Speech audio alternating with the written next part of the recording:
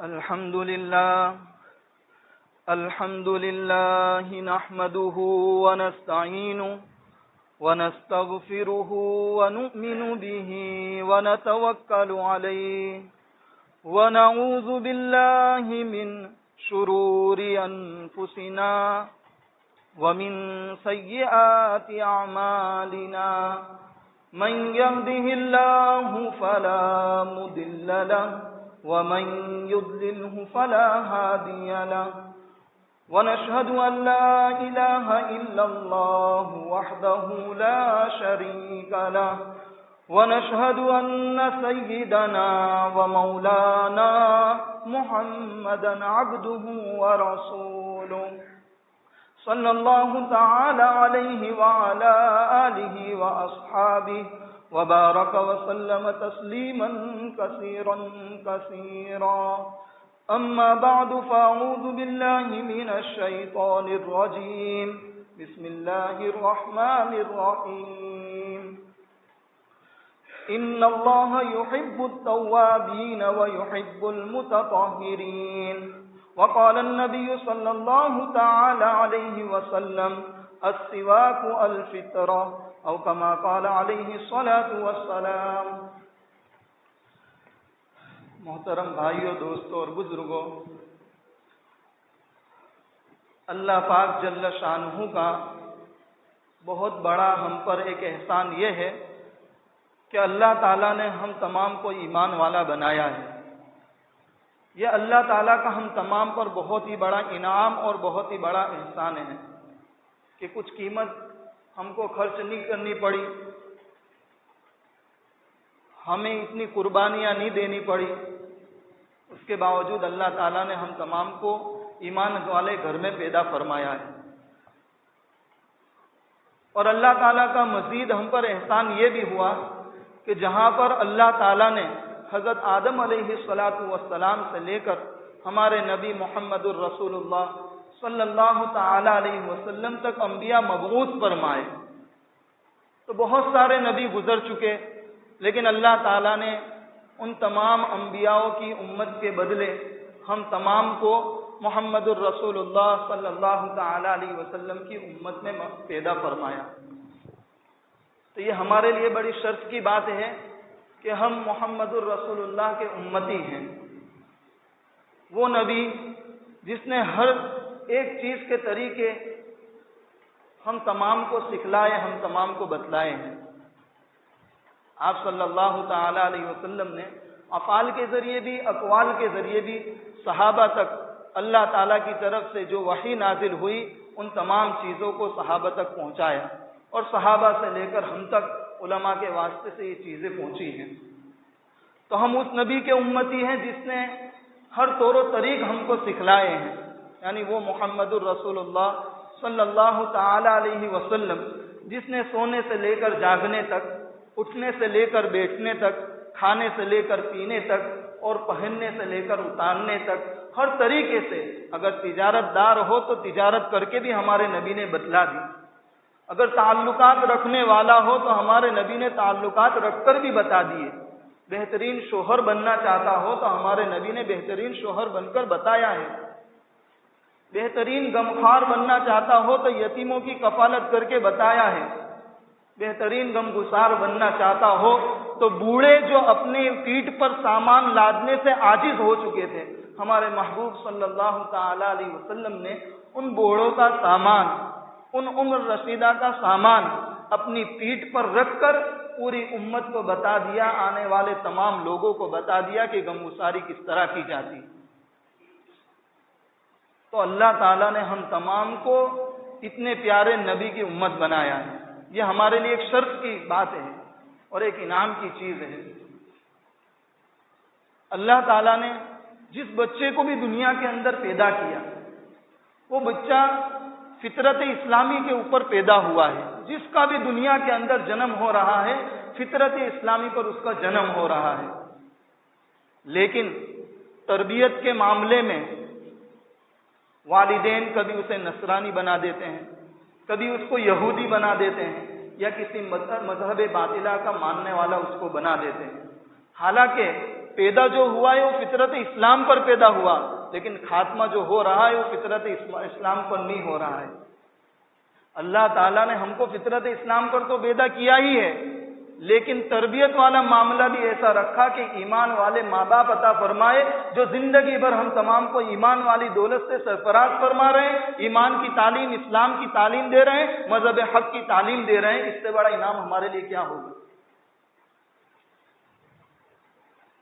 اس لیے حدیث پاک میں آیا، حضرت ابو ہریرہ رضی اللہ عنہ بیان فرماتے ہیں کہ اللہ کے رسول صلی اللہ تعالی علیہ وسلم نے ارشاد فرمایا، کل مولود یولد علی الملہ ولکن ابواہ یہودانہ او ینصرانہ او یشرکانہ۔ حضرت ابو ہریرہ فرماتے ہیں کہ اللہ کے رسول ارشاد فرما رہے ہیں کہ ہر ایک بندہ جو دنیا کے اندر پیدا ہو رہا ہے وہ بچہ ملت اسلام پر اور ملت ابراہیم اور دین اسلام پر پیدا ہو رہا ہے، لیکن اس کے والدین یا تو اس کو یہودی بنا دیتے ہیں، یا اس کو نصرانی بنا دیتے ہیں، یا کسی مذہب باطلہ کا ماننے والا بنا دیتے ہیں۔ تو کتنی شرط کی بات ہے، ایک ہے ایمان کی حالت میں پیدا ہونا، اور اس گھر میں امت محمدی میں پیدا ہونا، اور اس گھر میں پیدا ہونا کہ جہاں پر تربیت بھی اسلامی تربیت کی جاتی ہو۔ اور کتنا پیارا نبی ہر چیز کے طور و طریق ہم کو بیان کیے۔ اور میرے دوستو، اللہ تعالیٰ نے وہ چیزیں ہمارے اندر ودیعت کی اور ہماری خلقت میں پیوستہ کی ہے کہ ان سنتوں کو، ان طبیعتوں کا اگر انسان اپنائے گا یقیناً وہ کامیاب ہوگا۔ اگر ان سے منہ موڑے گا ایک وقت وہ ضرور آئے گا کہ اس کو فطرت کی طرف جانا پڑے گا، اپنے نظام کو صحیح کرنے کے لیے فطرت کی طرف لپکنا پڑے گا۔ اگر ان فطرت کو نہیں اپنائے گا نظام درہم برہم ہو جائے گا۔ بہت ساری چیزیں ہمارے نبی نے اس امت کے سامنے صحابہ کے ذریعے سے بیان فرمائی ہے۔ حضرت عائشہ صدیقہ رضی اللہ تعالی عنہا آپ صلی اللہ تعالی علیہ وسلم سے روایت کرتی ہیں، اشر من سنن المرسلین یا اشر من الفطرہ، 10 چیزیں ہیں جو اللہ تعالیٰ نے فطرت میں سے رکھی ہے، انسان کی طبیعت میں وہ ودیعت کر دی ہے، اس کی خلقت میں پیوستہ کر دی گئی ہے، اور جب انسان اس فطرت سے ہٹتا ہے تو یقیناً نظام بگڑ جاتا ہے۔ حالانکہ اس کے علاوہ بھی ہیں، لیکن حدیث میں 10 بیان فرمائی۔ ایک اس میں سے بیان فرمائی قص الشارب، اپنی مونچھوں کو کاٹنا۔ یہ جو سنت ہے، آپ اس پر نتیجہ کیا مرتب ہوتا ہے، یہ جو فطرت ہے، انسان جب اس کو چھوڑتا ہے تو اس کا معاملہ کیا نکلتا ہے، ہم تمام دیکھیں ان چیزوں کو۔ فرمایا مونچھوں کو کاٹنا۔ اب دیکھیے وہ انسان جو مونچھوں کو بڑھاتا ہے اپنا تاؤ دینے کے لیے بڑھاتا ہے، انسان کے اندر لوگوں کے درمیان رعب والا محسوس ہو، اس لیے وہ اپنی مونچھوں کو بڑھاتا ہے تاکہ لوگوں کے سامنے تاؤ دے سکے۔ اور ایک وہ انسان ہے جو فطرت پر چلتا ہوا، آپ صلی اللہ تعالی علیہ وسلم کی باتوں پر عمل کرتا ہوا، وہ اپنی مونچھوں کو کاٹتا ہے۔ ہم تمام اللہ تعالیٰ نے جو ہمارے اندر ودیعت کر رکھی ہے، ہم اس کے ذریعے سے محسوس کر سکتے ہیں کہ 2 آدمی کو کھڑا کیا جائے، ایک وہ آدمی جس نے اپنی مونچھوں کو نہیں کاٹا اور ایک وہ آدمی جو تاؤ دینے کے لیے اپنی مونچھوں کو بڑھاتا ہے۔ جب ہم ان دونوں کو اپنے سامنے رکھیں گے تو ہماری طبیعت اس بات کی گواہی دے گی کہ جس آدمی نے نبی اکرم صلی اللہ تعالی علیہ وسلم کی سنت پر عمل کرتے ہوئے اس فطرت کو اپنایا اور اپنی مونچھوں کو کاٹا ہے، اس کا چہرہ منور دکھائی دے رہا ہے اس شخص کی بنسبت جس نے اپنی مونچھوں کو کاٹا نہیں ہے۔ انسان کی فطرت ہے، وہ خود کہے گا کہ جس آدمی نے مونچھوں کو کاٹا ہے وہ بہترین نظر آ رہا ہے اس شخص کی نسبت جس نے اپنی مونچھوں کو نہیں کاٹا ہے۔ ایک بات اور بیان فرمائی، واستنشاق الماء، پانی کو اپنی ناک میں اچھی طرح ڈالنا اور اپنی ناک کو اچھی طرح صاف کرنا۔ یہ معمولی باتیں ہیں، لیکن ان کو چھوڑنے پر نتیجہ آخر میں کیا مرتب ہوگا، ہم تمام اس کو سنیں گے۔ یہ بھی ایک فطرت میں سے بیان کیا کہ انسان کی طبیعت کا تقاضا یہ ہے کہ اپنی ناک کو پانی کے ذریعے اچھی طرح صاف کرے۔ بہت سی مرتبہ انسان سفر کرتا ہے، پورے دن میں کام کاج میں لگا ہوا رہتا ہے، دھواں جا رہا ہے، کوئی دوسری چیز جا رہی ہے، اس کی ناک کے اندر رہنے والے بالوں میں وہ چیز چپک جاتی ہے اور آلائش سے لگ کے بعض مرتبہ وہ بڑی بیماری میں تبدیل ہو جاتی ہے۔ تو اللہ کے رسول کیا فرما رہے ہیں، اپنی ناکوں میں اچھی طرح پانی ڈالو اور ناک کو اچھی طرح صاف کرو تاکہ آپ بڑی بیماری سے بچ جاویں۔ کتنی اچھی سنت، کتنی اچھی فطرت جو اللہ تعالیٰ نے انسان کے اندر ودیت کر دی ہے۔ ایک بات اور بیان فرمائی، حضرت عائشہ روایت کرتے ہوئے بیان فرما رہے ہیں، اللہ کے رسول نے فرمایا کہ اپنے ناخن کو کاٹنا ایک معمولی سی بات نظر آ رہی ہے، لیکن انسان اپنے ناخن کو نہ کاٹے، وہ دیکھے وہ ناخن کتنے بڑھ رہے ہیں۔ آپ دیکھنا جن انسان کے ناخن خوب بڑھ چکے ہیں، وہ انسان اگر کھانا چاہے، لقمہ بنانا چاہے، اچھی طرح لقمہ نہیں بنا سکتا، اور اگر کھائے گا تو ناخن کے اندر جو میل کچیل بھر گیا ہے وہ غذا بن کر اس کے پیٹ میں جائے گا اور ایک بڑی بیماری جنم لے گی۔ تو ہمارے نبی کتنی پیاری بات بیان فرما رہے ہیں، اپنے ناخنوں کو کاٹنا۔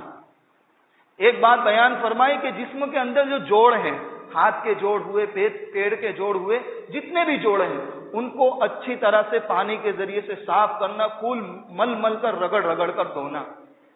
بعض مرتبہ انسان کے اندر جو جوڑ ہیں اس کو اگر اچھی طرح صاف نہیں کرتا ہے تو میل کچیل جم جاتا ہے۔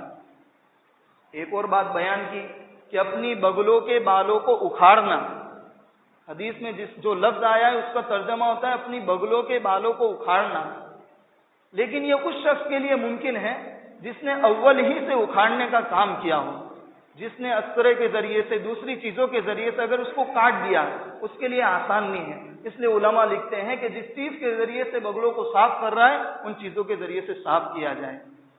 اور ایک اور چیز بیان کی، منہ زیر ناف کرنا، ناف کے نیچے کا جو حصہ ہے جہاں پر انسان کو فطرتی بال اگتے ہیں، تو حضور فرما رہے ہیں ان بالوں کو صاف کرنا، یہ بھی انسان کی فطرت و تقاضے میں سے ہے۔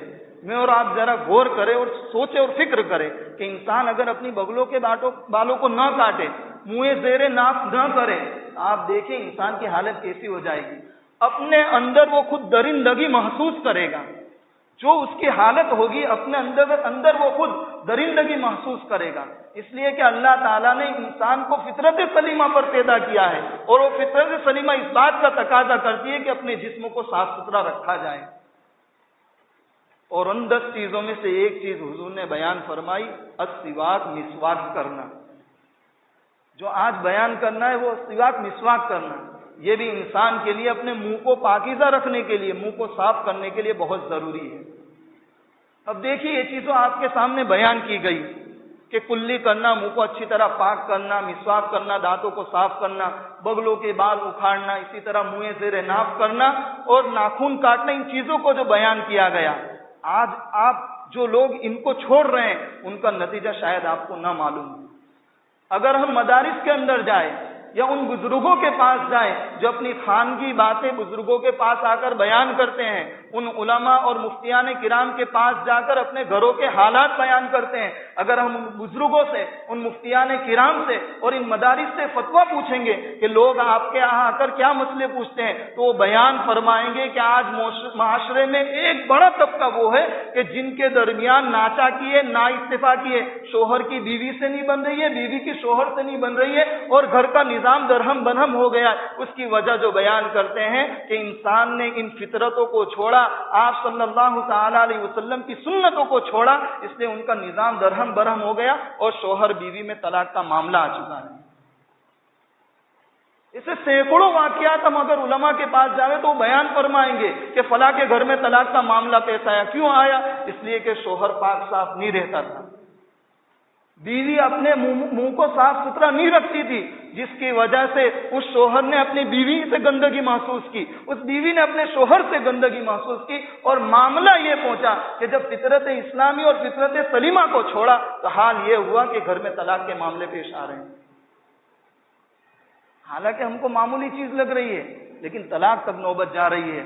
وہ میاں بیوی جو ساتھ رہتے تھے، اولاد کی تربیت کرتے تھے، آج ایک دوسرے کا چہرہ نہیں دیکھ رہے ہیں۔ وہ 2 فرقے اور 2 گھرانے جو ایک ساتھ رہ رہے تھے، یہ طلاق والا معاملہ پیش آیا تو دونوں میں ناچاکی ہو گئی، دشمنی پیدا ہو گئی، صرف اس وجہ سے کہ فطرت اسلامی کو چھوڑ دیا، آپ صلی اللہ تعالی علیہ وسلم کی سنتوں کو چھوڑ دیا۔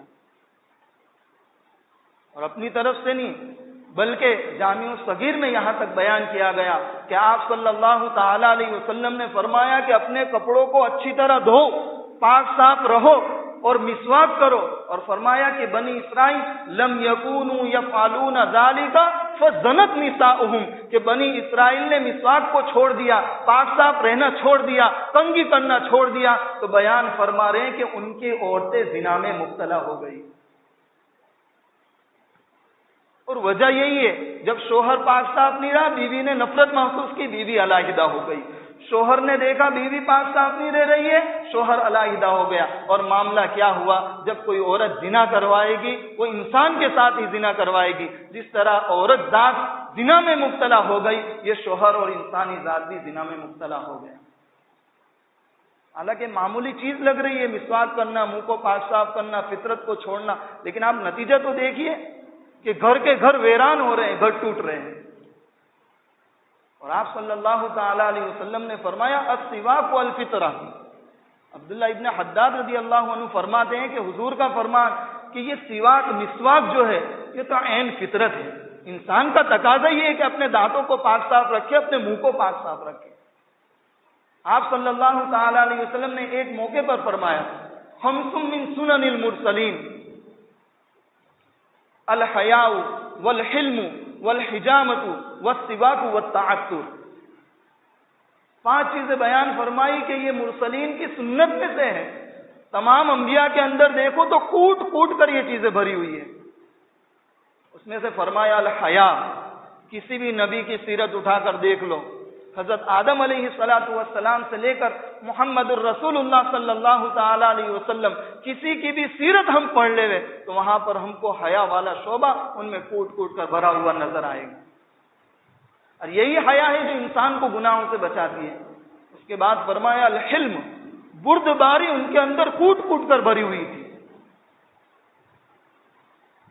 اسی لیے جب ہم انبیاء کے قصے سنتے ہیں، آپ ان کی صبر و استقامت دیکھیے، ان کی بردباری دیکھیے. طرح طرح سے نبیوں کو ستایا گیا، لیکن حال دیکھیے کہ پتھر کھا کر بھی دعا دے رہے ہیں. کیا ہمارے نبی کا یہ حال نہیں تھا کہ جب طائف دعوت دینے گئے تو ان لوگوں نے ہمارے نبی کے ساتھ کیا برتاؤ کیا؟ کیا ہم نے نہیں سنا کہ جس قدم کو اٹھاتے تھے اس قدم پر یہ لوگ پتھر برساتے تھے، جس قدم کو رکھتے تھے اس پر یہ لوگ پتھر برساتے تھے، حتیٰ کہ آپ صلی اللہ تعالی علیہ وسلم کی جوتی مبارک لہو لہان ہو گئی، جوتی میں خون بھر گیا.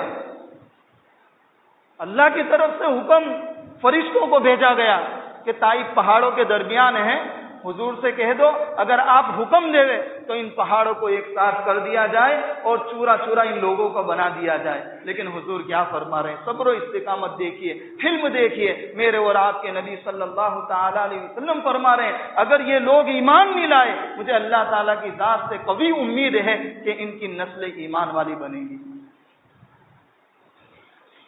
حلم کوٹ کوٹ کر بھرا ہوا تھا. میں بیان کر رہا تھا مسواک کے بارے میں، اسی میں ایک چیز بیان کی السواک. مسواک کرو.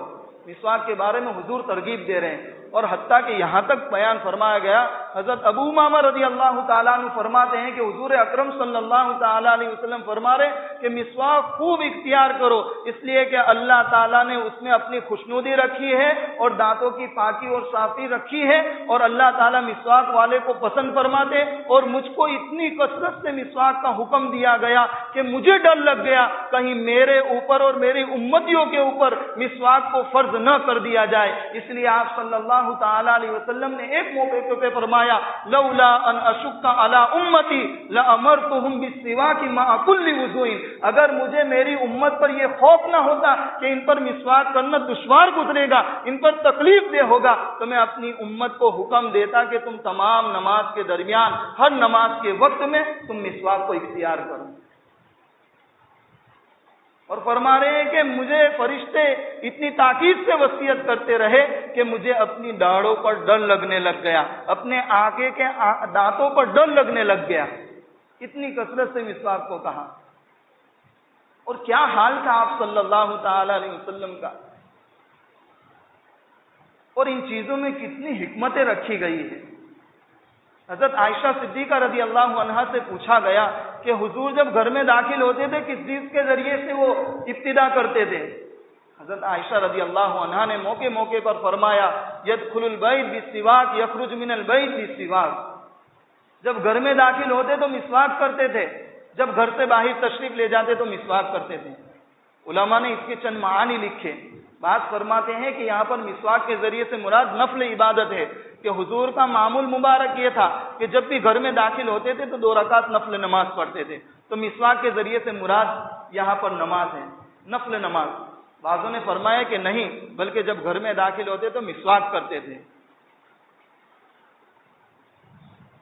ایک تشریح اس کی بہت اچھی کی گئی، فرمایا کہ جب گھر میں داخل ہوتے تھے تو باقاعدہ مسواک کے ساتھ ہی داخل ہوتے تھے، اور وجہ اس کی علماء نے یہ بیان کی کہ جب گھر میں داخل ہو تو حکم یہ ہے کہ اپنے اہل خانہ کو سلام کرتے ہوئے گھر کے اندر داخل ہو، اور جب سلام کرو گے تو اللہ کا مبارک نام ہے اور وہ نام بدبو کے ساتھ نہ لیا جاوے، اچھے طریقے سے آداب کے ساتھ اور خوشبو والے منہ کے ساتھ لیا جائے۔ اس لیے علماء فرماتے ہیں کہ حضور پہلے مسواک کرتے تھے تاکہ گھر میں داخل ہو تو سلام کے ذریعے گھر میں داخل ہو۔ اور ایک کتنی اچھی بات بیان کی، فرمایا کہ جب گھر میں داخل ہوتے تو مسواک کے ذریعے ہی داخل ہوتے تھے، مسواک کرتے ہوئے، لیکن وجہ کیا تھی؟ بیان فرمایا کہ جب انسان اپنے باہر سے آ کر اپنے گھر میں تشریف لے جاتا ہے تو گھر کے اندر اس کی بیوی بھی ہوتی ہے، اس کے بچے بھی ہوتے ہیں، اور جب تنہا بیوی ہوتی ہے تو شوہر اپنی بیوی سے ملاقات بھی کرتا ہے، بیوی اپنی بیوی سے باتیں بھی کرتا ہے، راز و نیاز کی باتیں ہوتی ہے، پاس بیٹھ کر باتیں ہوتی ہے۔ اگر اچھے منہ سے شوہر نہیں جاوے گا تو وہی معاملہ پیش آئے گا کہ طلاق کے معاملے بہت زیادہ ہو جائیں گے۔ کتنی پیاری بات ہے۔ ہم نے سن لیا مسواک کرنا، لیکن علماء جو حکمت بیان کرتے گئے آپ دیکھیے تو صحیح، گھروں کو تباہ ہونے سے بچا لیا علماء نے۔ اور حال یہ تھا کہ تہجد پڑھ رہے ہیں تب مسواک، حضرت عائشہ فرما رہی ہیں، حضرت حذیفہ رضی اللہ عنہ فرما رہے ہیں کہ جب تہجد پڑھ رہے ہیں تب مسواک، کھانا کھانے بیٹھ رہے ہیں پہلے مسواک، کھانا کھانے کے بعد مسواک کر رہے ہیں۔ یہ تو ہمارا حال یہ ہے کہ ہم آج سائنس کو دیکھتے ہیں کہ مسواک کو کر لیں گے، لیکن سائنس کیا کہتی ہے؟ میں آپ کو ایک بات بیان کر دوں، 2 طرح کے کام ہوتے ہیں، ایک تو امور دینی ہوتے ہیں، ایک امور دنیاوی ہوتے ہیں۔ دنیا کا معاملہ یہ ہے کہ اگر آپ کو اور مجھ کو بینیفٹ نظر آوے تو ہم بینیفٹ کی طرف لپک جاوے۔ اگر ہمارا کاروبار کے بدلے کوئی آدمی کہے کہ فلاں کاروبار بڑا اچھا ہے، بڑا فائدہ ملے گا، آپ اپنے کاروبار کو اس بینیفٹ کو مد نظر رکھتے ہوئے بدل سکتے ہیں۔ لیکن جہاں پر دین کے کام آئے، سائنس کیا کہتی ہے، حکمتیں کیا کہتی ہیں، علماء کیا کہتے ہیں، بزرگوں کیا کہتے ہیں، کسی چیز کو نہیں دیکھنا ہے۔ جہاں پر لکھا گیا میرے نبی کی سنت ہے، کوئی فائدہ ہو یا نہ ہو، کوئی حکمت ہو یا نہ ہو، میں آنکھ بند کر اس سنت کو اپنا لوں، یقیناً اس میں کامیابی اور کامرانی موجود ہوگی۔ اس لیے ایک حکیم صاحب نے لکھا کہ جب اسلام کی دعوت دی تو اس نے کہا کہ وضو کی حکمتیں بیان کرو۔ ایک علماء کے پاس، عالم کے پاس لے گئے، نہیں بیان کر سکے، دوسرے عالم کے پاس لے گئے، نہیں بیان کر سکے، تیسرے عالم نے وضو کی حکمتیں بیان کر دی، لیکن مسا کی حکمت رہ گئی۔ تو بھائی واپس آیا کہ مسا کی حکمت نہیں معلوم ہوئی، نہیں بتا سکے، چلا گیا۔ لیکن کچھ دن کے بعد آیا اور کہنے لگا کہ مجھے اسلام کا کلمہ پڑھا دو۔ پوچھا کہ کیوں؟ اس لیے کہ میں ایک یونیورسٹی میں پڑھ رہا تھا، وہاں پر میرے پروفیسر صاحب نے کہا کہ جو آدمی دن بھر میں کچھ مرتبہ کچھ پانی کے قطرے اپنے سر پر پھیل لے، اپنی گردن پر پھیل لے، تو ریڑھ کی ہڈی کے جو نقصان ہے اس نقصان سے وہ بچ جاتا ہے۔ حرام مغز کے ذریعے سے جو نقصان ہونے والے ہیں اس حرام مغز کے نقصان کے ذریعے اس سے وہ بچ جاتا ہے۔ جب اس آدمی نے یہ باتیں سنی تو فوراً اسلام کا کلمہ قبول کر لیا۔ حکمتیں تو اس میں لکھی ہیں، ہمیں اگرچہ نہیں پتا ہو، لیکن اس میں حکمت کوٹ کوٹ کر بھری ہوئی ہے۔ ایک اور قصہ لکھا ہے سوئٹزرلینڈ کا کہ ابو منصور صاحب تجارتی تھے، یہ فرماتے ہیں کہ ایک آدمی کو اسلام کی دعوت دی، حالانکہ وہ مسلمان تھے، 9 مسلم تھے، تو بڑے خوش ہو گئے۔ اس کے بعد ان تاجر نے ان کو ایک مسواک دی، تو مسواک کو اپنی آنکھوں کے ذریعے سے، اپنے لبوں کے ذریعے سے چوم لیا۔ وہ حیرت سے پڑ گئے کہ مسواک کو اس طرح چوم رہے ہیں، اور پھر اپنے رومال میں سے ایک چھوٹی مسواک نکالی اور مسواک کے ذریعے بتلایا کہ اتنی سی مسواک باقی رہی، اور کہنے لگے کہ جب میں مسلمان ہوا تھا تو مسلمانوں نے یہ مجھے مسواک ہدیہ کی تھی، اس مسواک کو میں تب سے اختیار کر رہا ہوں۔ اور پھر رونے لگے اور رو کر کہنے لگے کہ میرے دانتوں میں ایک بیماری تھی، میں کہیں ڈینٹسٹ کے پاس گیا، کئی لوگوں کے پاس گیا, ڈاکٹروں کے پاس گیا, پر وہ بیماری کا علاج نہیں کر سکے. تو میرے پاس یہ لکڑی موجود تھی, میں اس مسواک کے ذریعے سے اپنے دانتوں کو صاف کرنے لگا اور خوب مسواک کرنے لگا. ایک وقت وہ آیا کہ میرے دانت بالکل اچھے ہو گئے, مسوڑے بالکل اچھے ہو گئے. میں جب ڈاکٹر کو بتانے گیا تو وہ ڈاکٹر کہنے لگے کہ اچھا ہو گئے, تو اس نے کہا جی اچھا ہو گیا. تو اس نے ڈاکٹروں نے کہا کہ ہم جو آپ کا علاج کر رہے تھے اس علاج سے آپ اتنی جلدی اچھے نہیں ہو سکتے تھے, آپ مجھے بتاؤ آپ نے کون سی دوا اختیار کی ہے. وہ بھائی کہنے لگے کہ میں نے کوئی دوا اختیار نہیں کی, آپ کے یہیں پر علاج کر رہا تھا. پھر ڈاکٹروں نے ضد کی کہ بھائی بتاؤ, غور کرو. تو انہوں نے غور کیا تو پتا چلا کہ جب میں ایمان لایا تھا, مسلمانوں نے مجھ کو مسواک ہدیہ کی تھی اور میں روز اس کے ذریعے سے منہ کو صاف کرتا تھا, اور اللہ تعالیٰ نے مجھ کو اس مسواک کے ذریعے سے دانتوں کی پاکیزگی نصیب فرمائی اور میری صحت نصیب فرمائی. وہ لوگ جو ڈاکٹر تھے اس کی بات سن کر حیران لے گئے, اور حضور نے فرمایا السواک مطہرۃ للفم مرضات للرب, کہ یہ مسواک کرنا یہ دانتوں کی صفائی تو ہے لیکن اللہ تعالیٰ کی رضامندی بھی ہے. میں اور آپ آج اللہ کی رضامندی حاصل کرنے کے لیے دنیا کے جتن کرتے ہیں, لیکن حضور خود فرما کر گئے مسواک کو اختیار کر لو, اللہ تعالیٰ موت کے وقت کلمہ بزرگ فرماتے کلمہ نصیب فرمائے گا. جس کو اللہ کی رضا نصیب ہو گئی اس کو موت کے وقت کلمہ بھی نصیب ہوگا. اس لیے آج سے ہم تہیہ کریں اور ہم یہ عزم کر لیں کہ ہم ہر نماز کے وقت, کھانا کھانے سے پہلے, کھانا کھانے کے بعد, اگر نہ ہو سکے تو کم از کم ہم پانچوں نماز کے وقت مسواک کو ضرور اپنائیں گے, اور اس سنتوں کو ہم اپنے اندر بھی زندہ کریں گے اور اپنے گھر والوں کے درمیان بھی زندہ کریں گے. اللہ تعالیٰ کہیں سنی باتوں پر